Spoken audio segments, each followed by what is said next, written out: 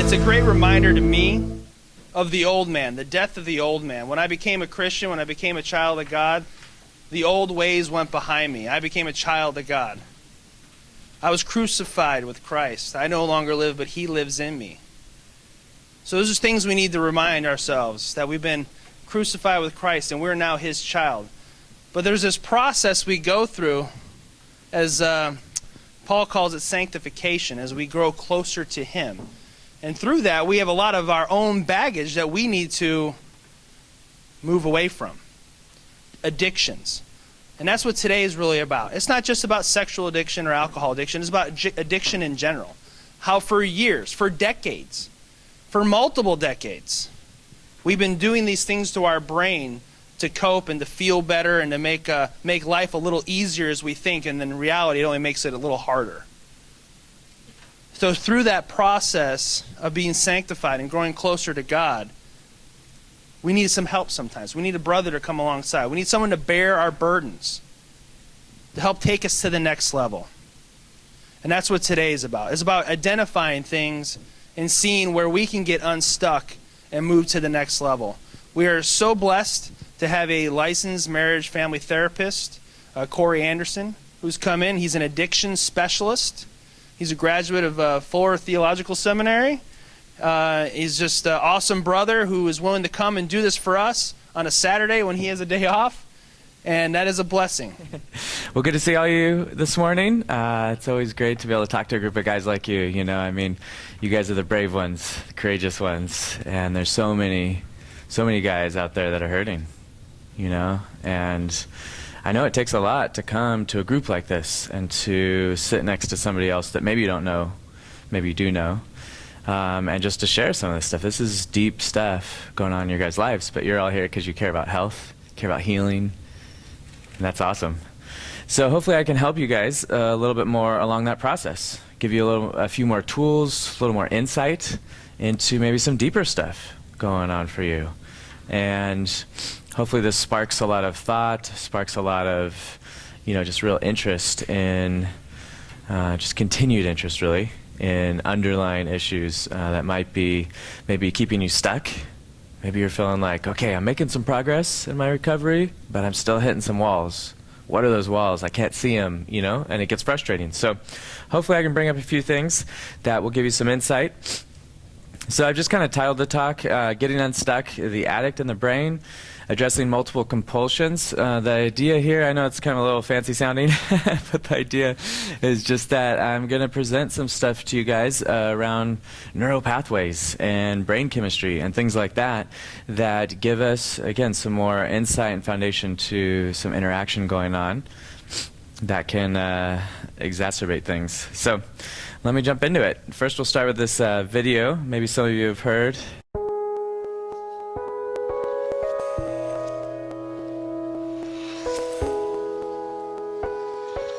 The human brain, made of approximately 100 billion neurons, the same number of stars that exist within our galaxy.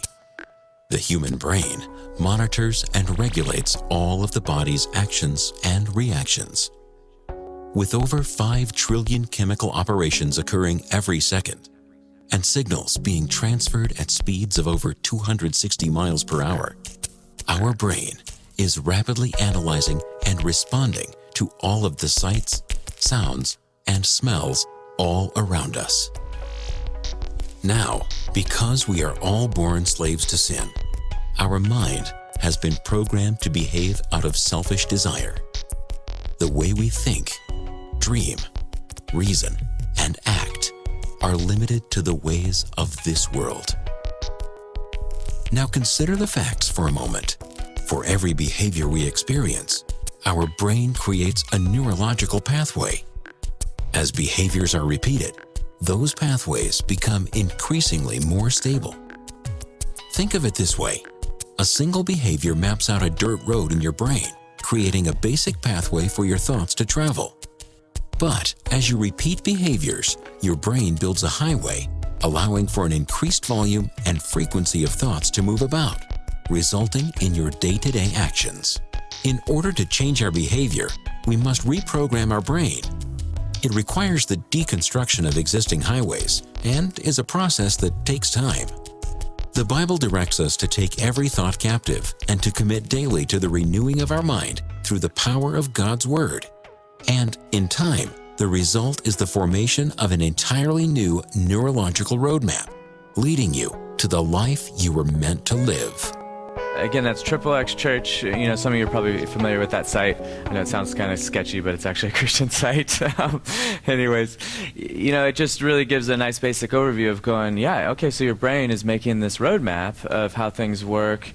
You know, one example I like to give, I mean, we could use even this guitar here, and we can look at this guitar, and we all just look at it, and we go, guitar, right? We don't have to sit there and go, well, it's made of wood, it's got kind of a round thing, and, you know, some strings on it, and some other stuff, right? We don't have to put all these pieces together. Over time, that's kind of how we learn and how our brain connects the dots. We are able to just look at it and go, boom, guitar, right? So, unfortunately, your brain has done this in some other areas, potentially, right? Where it says, I'm hurt, I'm sad, jump right into, okay, let me turn to sex, let me turn to alcohol, let me turn to food, let me turn to, so the brain, you know, connects these neural pathways, and so we see, like the video was showing, now it's this superhighway. And so then these thoughts and these compulsions travel across that superhighway before you even realize it, right? Ideally, there's a whole bunch of exits along that highway where you can make different choices and get out of that.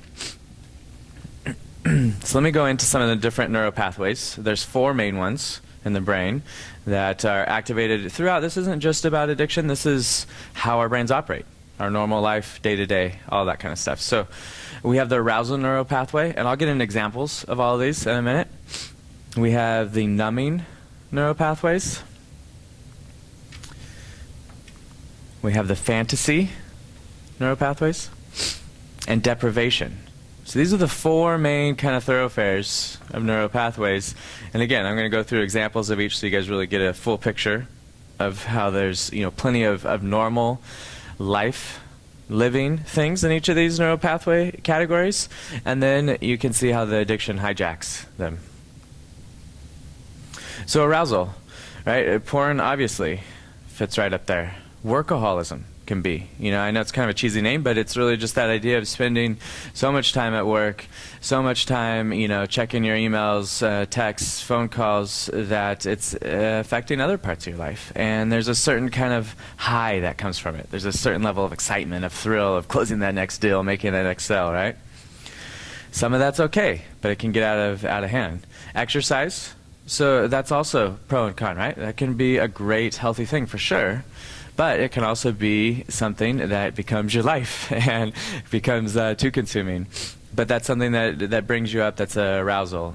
Sugar, right? Sugar's a big arousal neuropathway activator.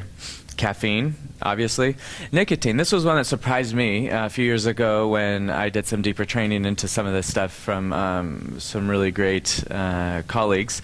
And I'd always thought, okay, you see people and they're taking their smoke break, right? And they take some time off from work and they go step out for a few minutes and it relaxes them. So you think, oh, well, shouldn't that be a relaxing, calming thing? Actually, the chemical substances and nicotine, they activate and they arouse the brain. So I think really what's going on that brings that relaxation to somebody who might take a quote-unquote smoke break, well, they just took some time away from work, right? And they took a few moments to themselves, and they're just being. It's also interesting, I'll get to in a minute, but you know, back in the day when bars were allowed to have smoking and drinking, often those went very hand in hand, and they still do for a lot of people, right? So the idea there being that you're taking in the nicotine, bringing you up, and you're drinking the alcohol, bringing you down. So it's this whole idea of kind of homeostasis or balance that's going on inside your brain, but it's all chemically altered. So in essence, it allows you to do both longer. It allows you to drink longer, it allows you to smoke longer, because you're bringing both up. However, when you take those away, what happens? Well, you're left with just you and just your own, you know, brains, neurochemicals, and so let's see. So pot fits in a few categories. You'll see that. You know, marijuana, arousal's one. Cocaine definitely is in the arousal category. Rage, right? Just extreme anger is in there. And anxiety. I mean, maybe that makes sense, but anxiety is in the arousal category. So keep in mind, as we go through each of these categories, some of the idea of this whole lecture is going to be, okay, say I'm in one of these categories. What do I need to do that's healthy? What can I do that's healthy to balance myself out? Maybe you are too anxious down at the bottom there. Okay, well, how do you bring yourself down in a healthy way? Right? Maybe you're too down. How do you bring yourself up in a healthy way and tap into this neuropathway category of arousal in a healthy way? So, and again, the confusing thing maybe is the word. So this isn't about sexual arousal at all. This is about the nervous system of our body being kind of heightened. Does that make sense? So kind of you think of, okay, so you're standing on the edge of a cliff. Your nervous system's going to go up, right? And your heart rate's going to go down. So these things do that as well. It's like stimulation. Stimulation is another way of saying it, yeah. Uh-huh. It's that word at the top right. What we're going to do. That's what I'm going to jump to. Sorry, yeah, I know the PowerPoint's a little dynamic that way, you guys will see. It's kind of fun, but it could be a little confusing. So see how it, whoops, flies over there? And sorry, it doesn't show up as well as on mine, but this one's numbing is the neuropathway section we're going to talk about now. So here's things that numb. Masturbation, right? That's a very numbing activity. Yeah, there's an arousal piece of it early, but it's really all about numbing. Exercise can be numbing too. You reach that point when you're just done, right? You've worn yourself out. You just don't feel anymore almost. Cutting, right? So this is, self-harm behavior of actually, taking some kind of knife or razor and cutting oneself. It can actually be done to bring numbing. I know it sounds weird because it's like, well, that's going to cause pain. But it's used to kind of overload the brain and numb it, calm it is another way of thinking of it. Overeating, right? You guys probably can, if you don't do this normally as a piece of maybe kind of a compulsive behavior you have, we've all done it at Thanksgiving, right? So you're done after Thanksgiving. What do you feel afterwards? You feel, and you just are done, right?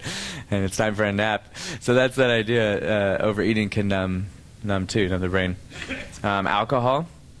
Like I was saying, this is that interactive where, okay, alcohol is going to bring you down, numb. Marijuana can do that as well, can numb. So again, marijuana activates a few different neural pathways, like I was saying. Opiates, heroin, depression, obviously, is in the numbing category. So, and just another note too is, like I said here, this bottom one, anything. All these categories you can add more to. This isn't an extensive, exclusive list. This is really just to give you guys an idea of some things that might be related, some things that you might know about already. So fantasy, porn obviously taps into that. We had it in arousal, taps into that as well. Masturbation can go with fantasy, and really anything. You think of that time. Maybe you're looking to buy a new car, right? Well, so what do? Maybe you're at work. Maybe there's a lull in work. Well, you sit and you start daydreaming about it. Oh yeah, that's the one I want. I want it to have this feature and that feature. That's fantasy, right? So there's a healthy place, again, for some of these. There's a natural place for some of these things. It doesn't have to be all bad. Anyways, deprivation. So this is the idea of, how it can relate to like money is, say you have money, but you're not buying yourself a new shirt. Your socks have holes in them, but you don't buy new socks. This idea of depriving yourself of something. And it pops up a good amount when I'm working with addictions and compulsions. Around sex addiction, it turns into sexual anorexia. So instead of now giving in to those sexual compulsions, some people, part of this can be part of recovery, right? Turn to the opposite, where it's like, not only are you abstaining from those things that you're supposed to be to stay in your circles, in your recovery and doing well, but you're actually kind of taking it to this other level, and it requires a lot of energy. It requires a lot of kind of anxiety, really, and you're pushing for this place of like no sex, kind of being this non-sexual being. Right? Not even healthy sex, not even healthy sexual thoughts. And so that becomes a place of deprivation and a place of what we call sexual anorexia. Workaholism could be there too, right? Because you're maybe depriving yourself of, maybe you really needed, I know it sounds silly, but maybe you needed to go to the bathroom. But instead you're just, okay, I know, I just got to keep going. I got to finish this project. And how long are you sitting there not going to the bathroom? Maybe you're really thirsty. You need a drink of water, but oh, there isn't any in hand. And again, you're sitting. So it's this idea you're depriving yourself. Exercise can be that too. Right? Maybe you think of the, maybe you guys have done it too, but you just like, you find the biggest, hugest hill you can run up, right? And you're just running as hard as you can, and you're just like, the idea of kind of beating yourself up. Compulsive saving. So again, maybe you've got enough money and you're setting aside things, retirement, this and that, but it's just every single penny you're just saving, saving, saving, and there's this force that's driving it. Hoarding. I know it sounds like an excessive thing, but it's really a depriving thing. And then food anorexia, right? That's a more common one that we know of when we think of the word anorexia. And I do bring it up here because it can happen in guys just as, not just as much, but to an extent, just like women. And, you know, it's really counting calories and depriving yourself and not getting the nutrients you need, and the distortion that comes with all that. Questions about these 4 categories before? We got a few, yeah. I didn't quite catch how hoarding was a deprivation. Yeah, so it's kind of a tricky one to get because it kind of, like I said, it looks very, okay, there's a whole bunch of stuff you have, but it's really, there's a lot of it that's not taking care of yourself, you know, and there's, in its excess, you deprive yourself. I mean, just kind of an easy example is, well, if you can't walk around your house, you know, if you, some of it has to do kind of like the compulsive saving, right, of I need this, I need this, I need this, but you're not actually using it, you know. So, again, it's kind of a trickier one to get, but it still activates the same neural pathways. Other questions? Yeah. So I understand the neural pathways. Mm-hmm. Different life events trigger the different pathways? It's possible that life events trigger the different neural pathways. It's also going to be, a lot of them will be, like I said, just how we live. Any normal life stuff, our brain has to operate in these neural pathways. Does that make sense? So pretty much all the time, 1 or 2 or a combination of them are being activated. Sometimes there can be a trigger that really activates one. There can be a coping skill, a coping mechanism that really activates another. There can be an unhealthy behavior that activates one. Does that clarify a bit? That the brain works within these 4 different... Pretty much, yeah. Mm-hmm. Mm-hmm. Yeah. So all these neural pathways are okay, it's just it's kind of what falls in the subcategory. You got it. Yeah. Yeah, because some of them, I mean, like, you know, arousal, well, we're not going to avoid that one. Again, I mentioned standing on the edge of a cliff, you know.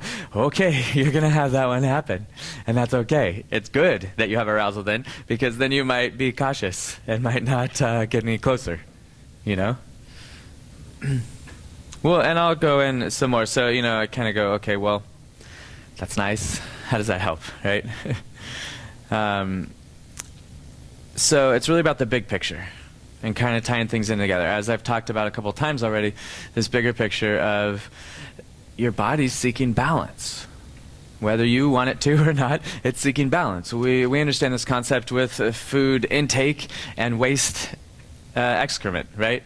Is that our body wants energy and then it needs to get rid of excess, so it tries to stay balanced. Sleep and being awake, right? The body's seeking balance. So it is in our brain, it's seeking balance as well. If you're up and anxious all the time, bad stuff starts happening to your physiology.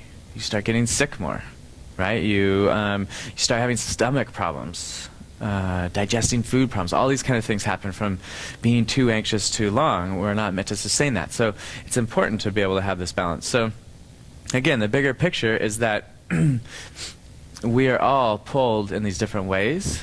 But when addictions start coming and these compulsions that can come with addictions, it's even stronger and it's more of a hijacking.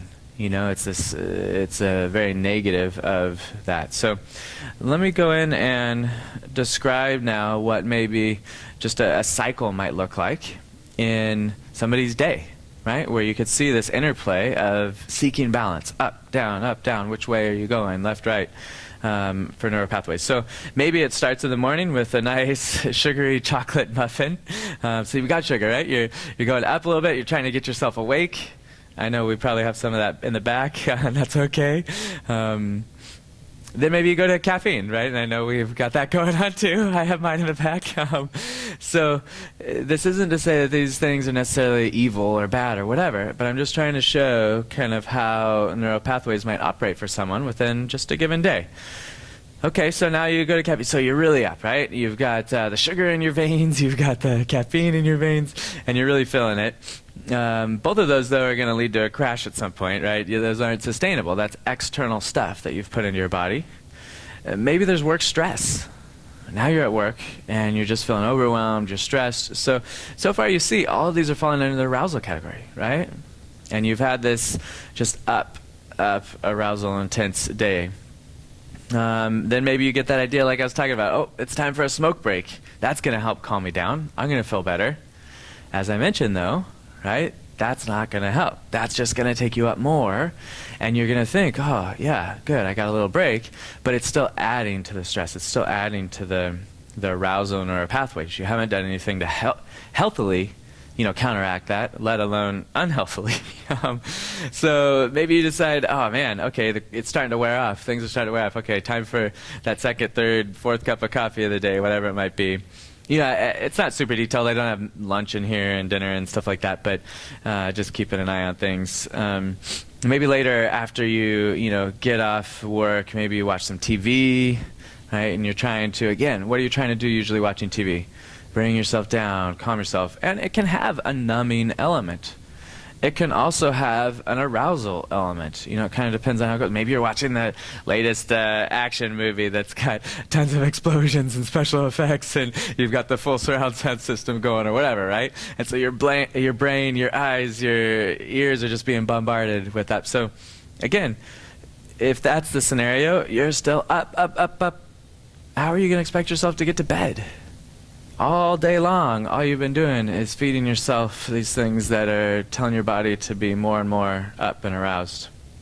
Maybe you decide, well, maybe some beer will help, right? Let me just throw a couple back, and that'll bring me down a bit, I like that image. I don't know if you guys could see it, but it has like a happy face on the full beer and a sad face on the empty one. So again, these things could be substituted for any number of things. Maybe the beer's not doing it, though. Maybe you've had a couple of beers and it's still like, oh, no, I'm still kind of jittery. I'm still up. Maybe now you're getting a buzz, too. You're not thinking that clearly. Maybe it turns to masturbation. You go, okay, I'm going to numb. I need this to be able to get to sleep. I need to bring things down, right? So you guys getting this picture? All day long. It's been up. Maybe there's some beer in there to bring you down. Maybe then, it turns to masturbation to bring you down. Then, the next morning you get up and do it again. So you guys get this idea? Questions about this and how this works? So what I want for you guys right now, it doesn't have to look exactly like this, but I want you guys to fill in these blanks. What does your cycle look like? It might be during the day. It might just be kind of more of a general cycle of going, yeah, sometimes I go to TV and I use that to kind of calm down. And then I might find myself going to, maybe that leads to porn, right? And maybe alcohol's in there somewhere. Maybe you put a spot for sugar. So Ian's helping me out, passing out some nice big pieces of paper. And I know you guys might be offended by this, but he's got crayons too. The reason being is I want you to draw pictures. So I know I have the word masturbation in there, but that's for obvious reasons, right? I want you to draw pictures in yours. Draw pictures in yours and use the crayons. I know it's kind of silly and you feel like a little kid, but hey, what it does, right? We're talking about brain stuff. Drawing those pictures taps into some different parts of your brain by actually drawing those pictures out. So spend a few moments. We got time this morning.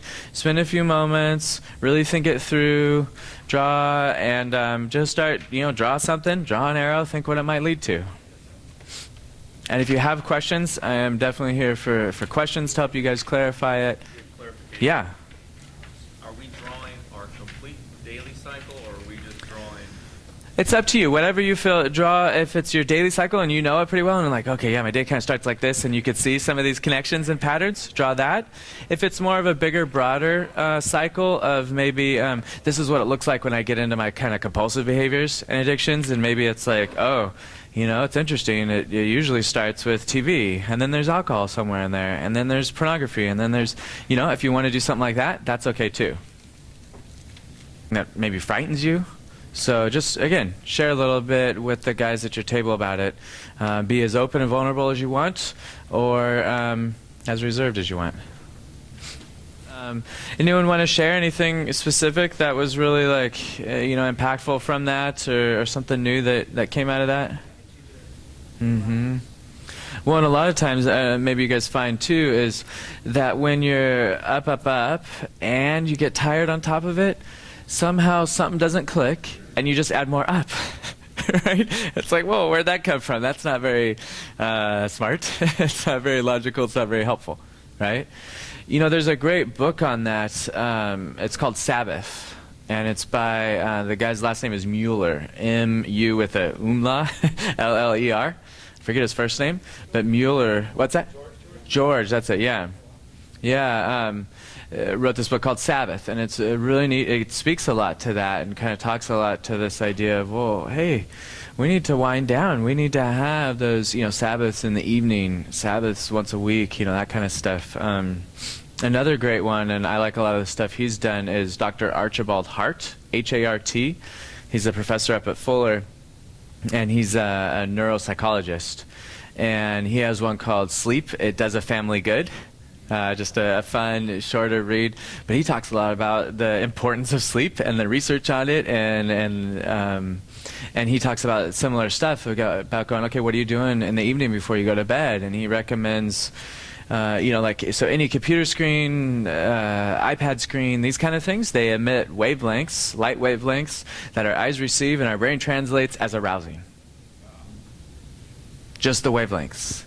So we're not even talking content, doesn't matter what it is. You just have it on in your face, and it's keeping your brain awake. So, you know, he pushes for going, okay, can you dim some lights in your house? Can you light some candles? Can you turn off the TV? Can you get just a paper book, whatever kind of a thing?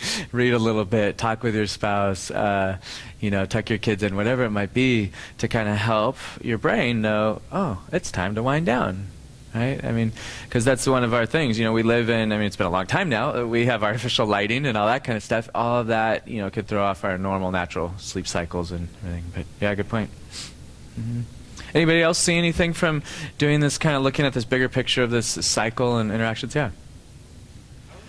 Yeah, good question. I think if I'm understanding you, you're saying, hey, that it's not even just some of these kind of more surface level emotions throughout the day, but sometimes there's some really deep stuff going on that's related from childhood, maybe some sadness, some pain, some hurt, whatever, that might fuel some of these. And you're right on.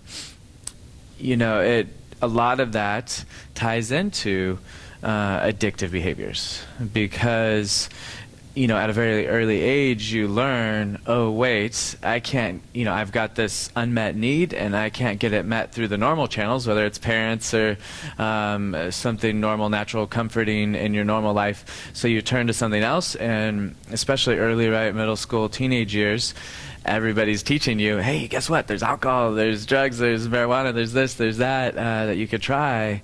And so then that undeveloped brain as a teenager starts latching onto some of those and going, oh yeah, that's my thing. That feels good. That hits the spot. That takes care of that pain or hurt, and maybe provides a numbing aspect or avoidance where it's like, well, I don't have to deal with it. I don't have to think about it. I can just...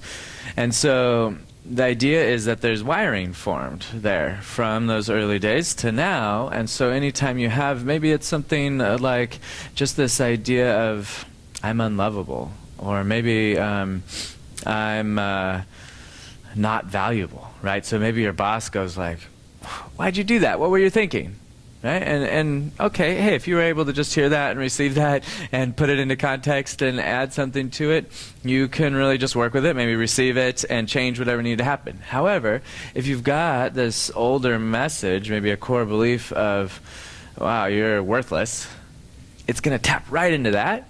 And so instead of it hitting you as like maybe a level of 3 or 4 out of 10, that moment with your boss, now it's up to a level 8 because of some of these past unresolved things. So you're right on, and it just really fuels it. And so that's a lot when I'm working, deeper work, individual stuff in therapy with anybody with an addiction or some past traumas like this. I talk about it as really rewiring. So there's this big, strong wire that's been attached from now to then, and the goal is to, one, bring healing to that moment. So I do some trauma work, and we go in and we look at those moments, we try and bring healing, but then also rewire. So when that criticism comes from your boss and you get that message that, oh, I'm worthless, now you can actually take it to multiple places, and to go to prayer. You go to maybe talking to your spouse about it. You go to maybe it's going for a walk. You take it to these few different places that are able to really comfort and bring health in that moment, rather than maybe letting it sit on the back shelf till later when you can act out, or acting out right then, or maybe it's acting out in anger, maybe it's whatever. So, is that good to what you're... Yeah, good. Any other thoughts or observations or insights from doing this?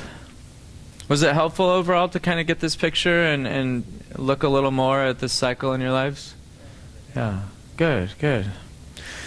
Well, definitely, if you want to fold it up real small, keep it with you. Put it with your notes, put it with your reading material, stuff like that. So you have this reference, this reminder of how things go for you. Part of the helpful thing can be, you see, maybe you don't catch yourself right at the beginning of the cycle, but you notice, oh, wait, I'm down here.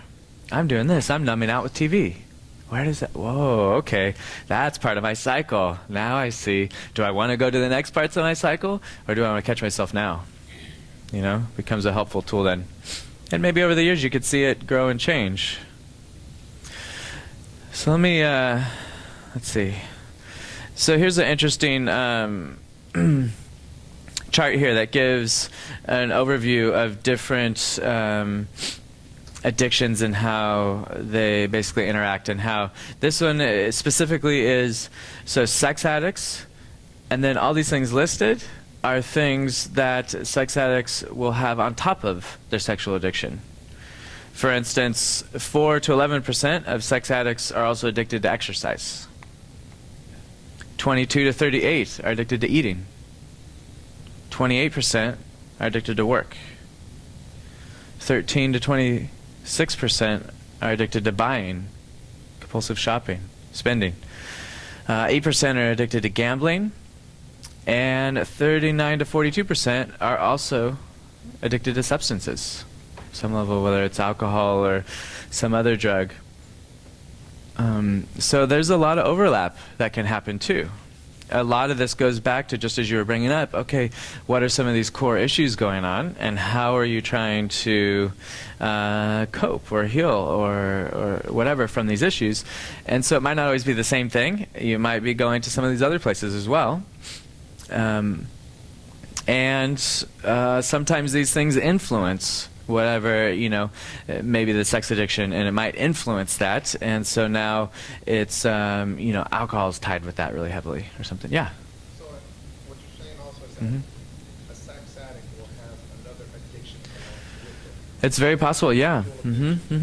Sure. And a lot, it doesn't just have to be a sex addict, but this An addict in itself. yeah, this chart's specific for sex addicts, the stats on it, but yeah, anybody who's addicted to something most likely has something else going on. I've definitely worked with guys like that where it's maybe they did a lot of work in a recovery program around alcohol and maybe some prescription drugs or something like that, and they worked real hard on that and they got some good sobriety there.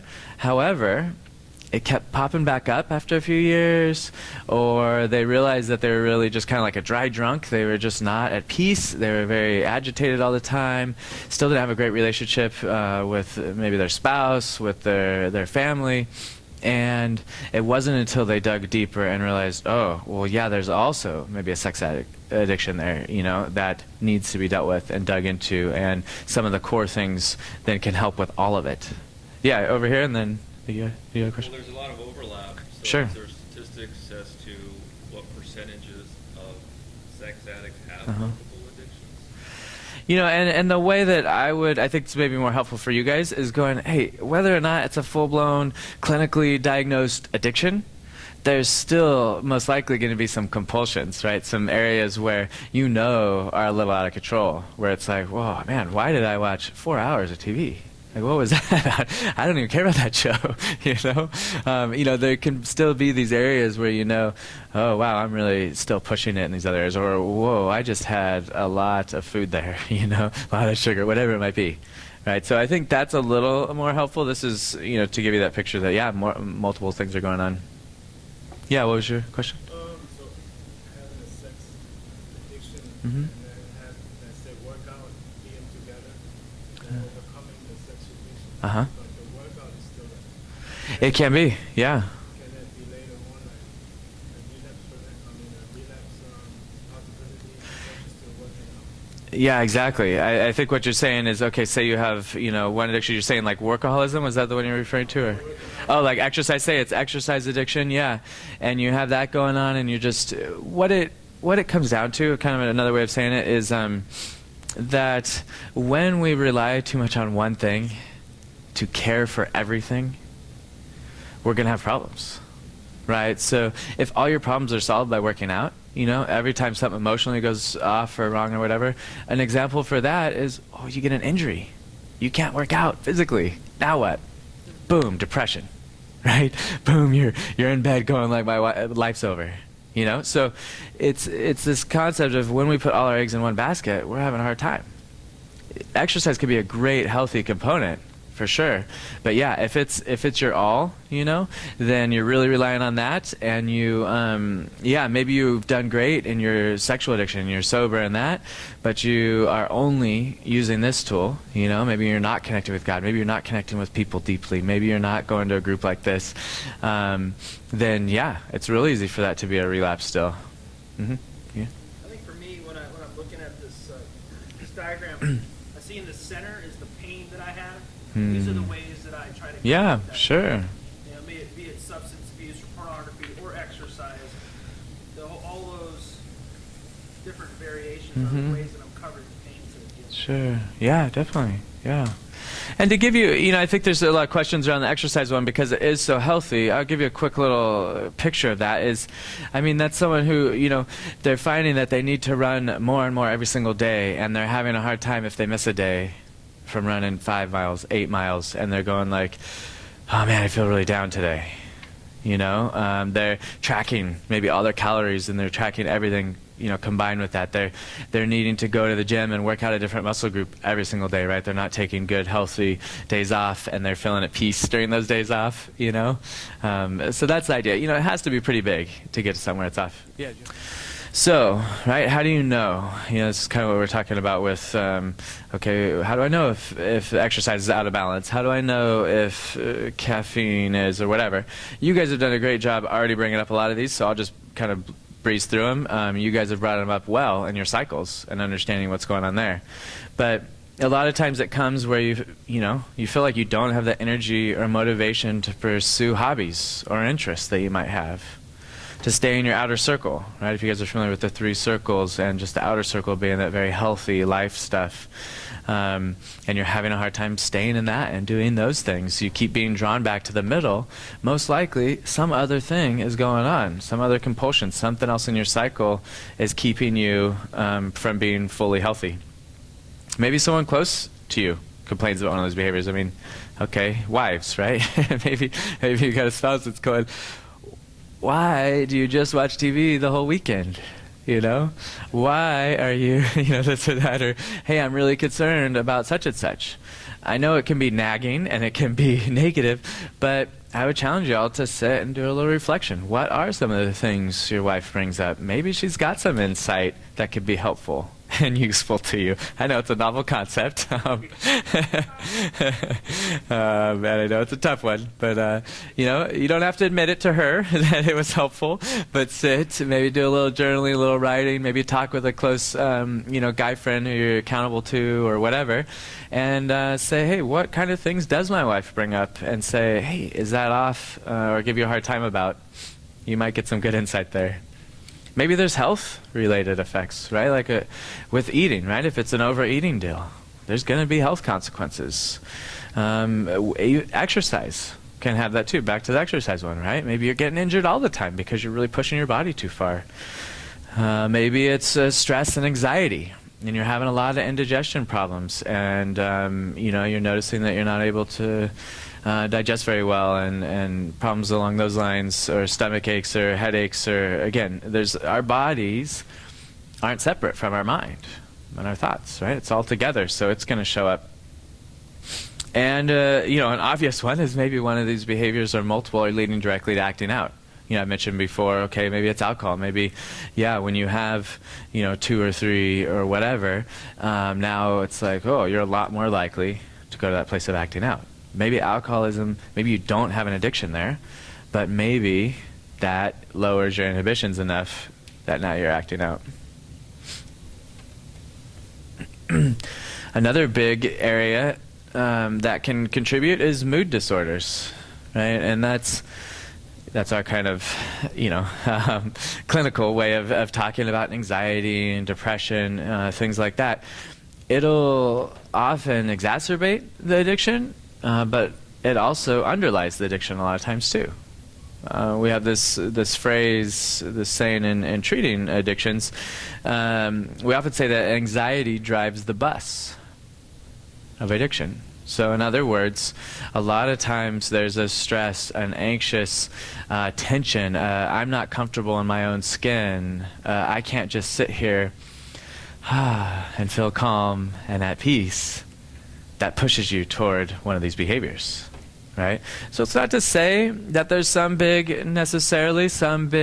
clinical depression where you're, suicidal or this or that. That might be the case, and then it's really important to get treatment. But it might also be that there's a low level where it's not, oh, you need medication and this and that, but you need still some more input and some support and some healing in that area, some healthy things to do to care for yourself. So relating to the neural pathways, anxiety wants to be numbed or calmed, right? Depression wants to be aroused or elevated. So you see how that would tie right in, right? If you've got this underlying level of depression, it only goes to figure that it's going to want to be brought up. So how are you going to bring it up? You're going to bring some sugar in, you're going to bring some caffeine in, you're going to bring some excitement, some thrill in your life maybe? So often the surface level acting out behaviors, surface level is kind of rough to say, but they might be controlled. You might be getting some control on those kind of in behaviors that you go, no, I'm not doing this, I don't want to do this anymore. However, oftentimes if there's some kind of mood disorder going on underneath that you haven't really noticed before, then it's going to rekindle this need to medicate with whatever compulsive addictive behavior. And like I said, it might not be full medication, psychiatrist involved that's needed. Sometimes it is. Maybe it's just some therapy for a little while. Maybe it's reading some good books on it that give some good advice. Another big helpful thing, right, is the community of care. And I'm preaching to the choir, so to speak, a little bit here, and I'm glad to. I'm glad that I'm here talking to you guys, because you guys know that this group is super important for you. But I imagine that for some of you, maybe a good amount, it might not even be enough just to have this one group and its meetings. You might need an accountability partner, right? Someone who's close to you, who you can call, you could text whenever you need to. You might need another group too. It's not to say that you're jumping ship and double dipping and whatever, going to these other groups. Sometimes that's really healthy and helpful. It's good to have other perspective and input, and it's also another place for you to check in and be accountable and get that health. Maybe it is individual therapy, right, where you're spending time weekly, maybe every other week, really digging into some of these deeper things. Maybe there are some hurts and some pains from childhood or later that are still there, that are influencing you. Maybe it's one of these other mood disorders like I brought up. Maybe you realize now after doing this cycle, like, oh, there's a couple other things that I'm not really addressing. How do you address it? Therapy is a great place to do that. maybe group therapy, right? And the difference there is, yeah, it's another group, but it's run by a therapist, someone like me. I do one group a week right now, and it's great. You know, we're able to really dig in. I'm really able to help people go to the underlying stuff. We do a lot of good book work, dig into, like, you know, the multiple addiction compulsion stuff, past traumas. Like I said, maybe it's another community group that you're adding, another group at a church. Maybe it's Celebrate Recovery, something like that. And, you know, the most intense, right, if there's still problems and you're still finding, man, I'm just not getting sobriety. I just keep trying and trying. I'm doing everything. I'm going to multiple groups. I'm going to therapy. I'm trying this and that. There are options. You know, there's the first level would be like an outpatient, an intensive outpatient program. There's like, you know, it takes a couple weeks and it's a whole day, and you're going all day and you're digging in and you're really getting deep. It's actually, we're working on starting one. We don't have it fully developed yet, which we're really excited about. It'll be like 2 weeks long, geared toward Christian men going through recovery, and just coming up with a great program. It's going to be really exciting. But again, that's for really intense, when you really need, a lot of people use it as like a kickstart to getting sober, and some people use it when, wow, they're really having problems relapsing. So again, there's a lot of resources. I mean, my main message in all of this is, don't feel stuck.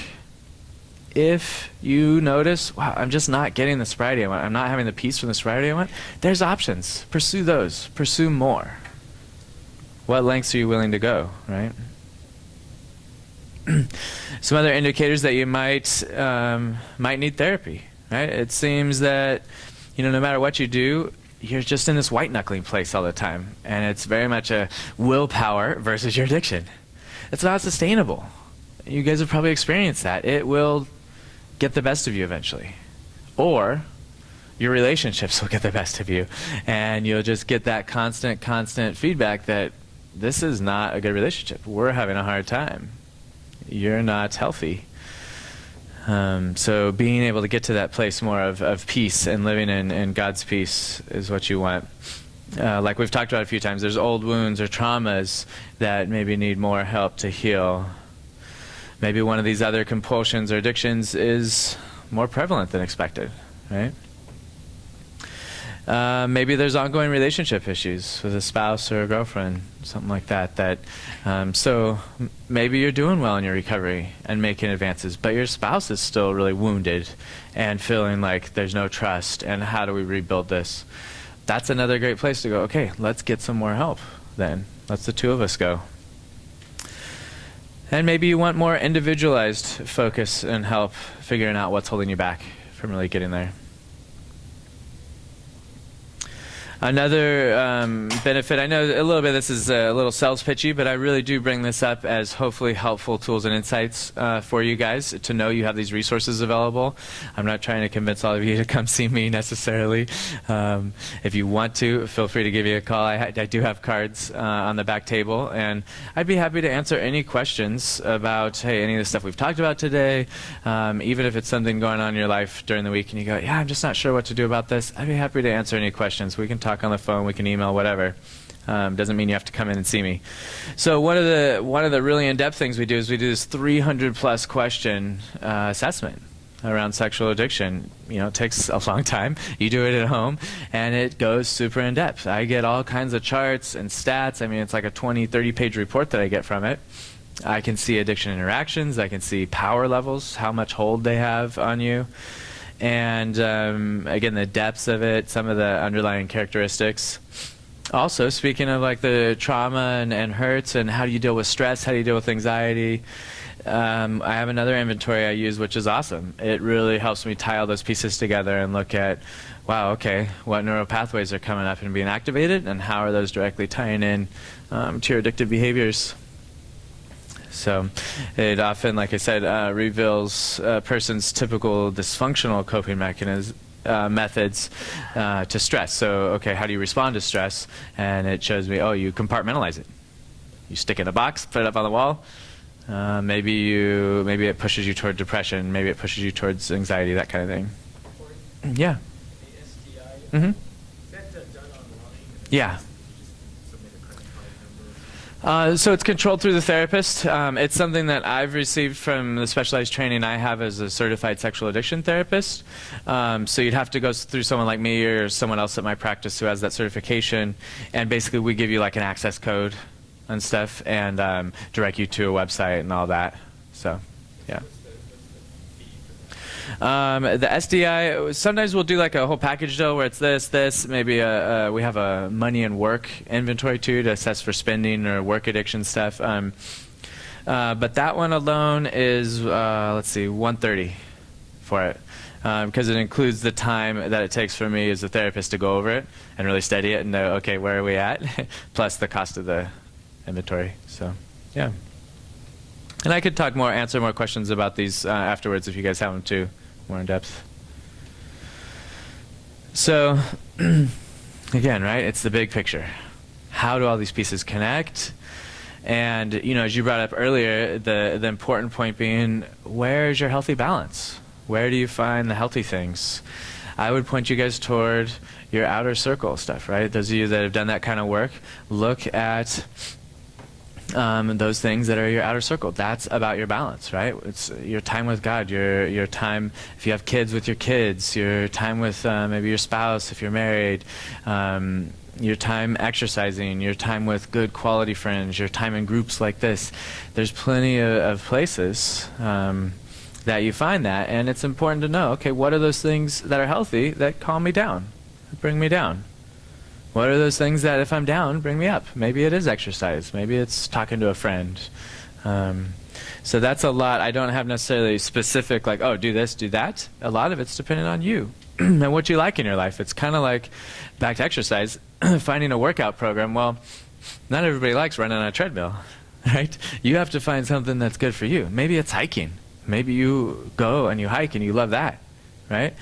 You want to find something that works for you. So again, I'd be happy to talk more in depth about those kind of things with you guys too. So here, let me jump in here. So the important question to ask as soon as you realize, wow, I've got this huge work day, I really feel like I want to go to the buffet and chow down, right? You go, why?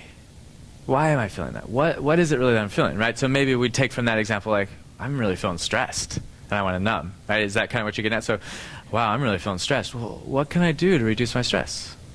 Maybe it's not practical. Maybe it's not like, oh, let me cut this project out. Let me say no to this work-wise. Maybe you have to do all that stuff. Sure. Okay. So how do you care for yourself then? You know, maybe you set up some plans after work. Okay, well, after work, yeah, maybe I'm going to go. I already had a plan to work out, but I'm also going to hit the sauna. You know, and I'm going to sit in the sauna and decompress, right? Or maybe you go, oh, you know what? When I get together with Jim, it's awesome. Jim and I, we can just really relax. I can vent to him. I can tell him all that's been going on. I can just kick back with him, and I always feel great when I'm done talking to him. You know, so maybe you text him, hey, are you available tonight? So you want to look, the main thing is you want to ask that question first so you know what you're trying to help yourself with, right? So, okay, I'm stressed. How do I bring that down? And then it can help you go, okay, I just got to plow through today, you know? And then you can answer that question more. Say it's lunchtime and you're thinking about the buffet. Go, what's going to give me more energy to get through this day, really, and really help with this stress and get me through? Maybe you decide, oh, well, it's going to be that grilled chicken, you know, and whatever else and stuff, you know, and oh, good, that's got a lot of protein, a lot of energy. I'm going to feel great after I eat that. Does that make sense? Yeah. Okay. Just real quick, we want to appreciate the fact that you came and you did this for us. And was this beneficial to some of you guys? Yeah. Good. You're welcome. Yeah, my pleasure. Real quick, I just want to take a couple minutes. We were talking about a testimony in the beginning, and then it kind of hit me because he basically just gave you my life story up on the screen. But I want to kind of put a real quick face to what this was in my life. You know, for years, I struggled with masturbation. It really wasn't the fact of the porn. That's kind of just the avenue I take to get to the masturbation, to get stimulated. But I struggled with that for years. And then 4 years ago, God was allowed me to break free from that. But then all of a sudden these other things started to surface, and I started to see all these other things that Corey was talking about. You know, it wasn't just the masturbation, it was over-exercise. You might not guess that from this right now, because I'm in another stage. I'll share that in a second. But within 3 years, I ran 13 marathons because I just couldn't get enough. It was exercise, exercise, exercise, and that was my whole existence.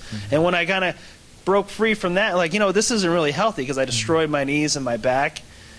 Then all of a sudden, the overeating kicked in. And it's like I was going back to these things that were not healthy. They were not God. I wasn't finding peace and rest in Him, in God. I was finding peace and rest, so I thought, in these activities, these addictions, overeating, over drinking, overspending, over watching TV, all these things. Instead of seeking God, I was seeking these things. And of course, right now, I'm still working through the overeating. It's getting better. I'm getting better, but sometimes you need to take that next step. The big things that we really subscribe to here in FMO is you got to be fat. You got to be in fellowship with God. You got to be in fellowship with your brothers. Because you sit there and you pray all day to God and you never get out into community, you're not really loving your brother. If you're not putting God first, you're not really loving God. You got to be accountable. So you're just hanging out with dudes and you're not really talking about anything. Sure. Like Corey said, reaching out to your buddy Jim. We all got a Jim we can reach out to and say, you know what, I'm struggling, I need a little help. But if you're just you're giving a little piece, the Bible talks about iron will sharpen iron. If you're only just giving your brother, Jim, the little tip of the knife, the whole rest is dull. You got to be transparent about what's really going on. Yeah. And sometimes that accountability and that transparency is just a good first step. But sometimes you need to see a professional.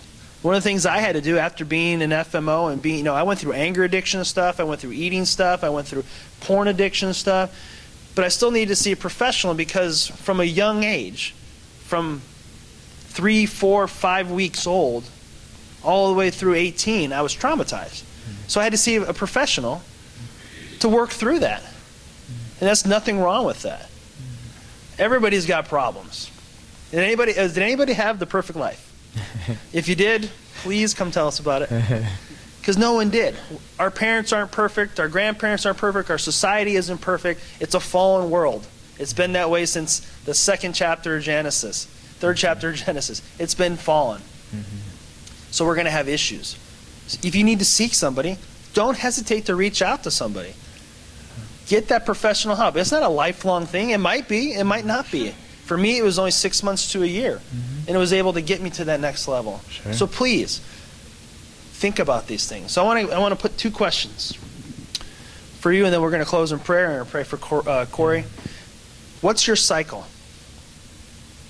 What's your cycle? Even if it's not porn and masturbation or food or anger, everybody's got a cycle that isn't perfect, and we're not always going to God when we need to. We're not putting our full peace and rest in Him. What is your cycle? And the last question is, what are you going to do about it? How are you going to change? Take those on. Because we can come to these things every day.